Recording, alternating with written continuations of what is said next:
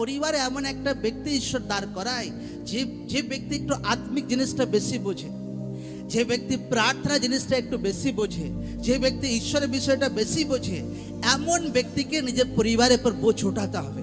যে চলো আচ্ছা আজকে আমার বাচ্চারা প্রার্থনা করেছে কিনা, তো আমার বাচ্চাকে ধাক্কা দিয়ে প্রার্থনা করাবো। আচ্ছা আমার স্বামী প্রার্থনা করেছে কিনা, আমার স্বামীকে ধাক্কা দিয়ে প্রার্থনা করাবো। আচ্ছা আমার ওয়াইফ প্রার্থনা করেছে কিনা, আমার ওয়াইফকে ধাক্কা দিয়ে প্রার্থনা করাবো।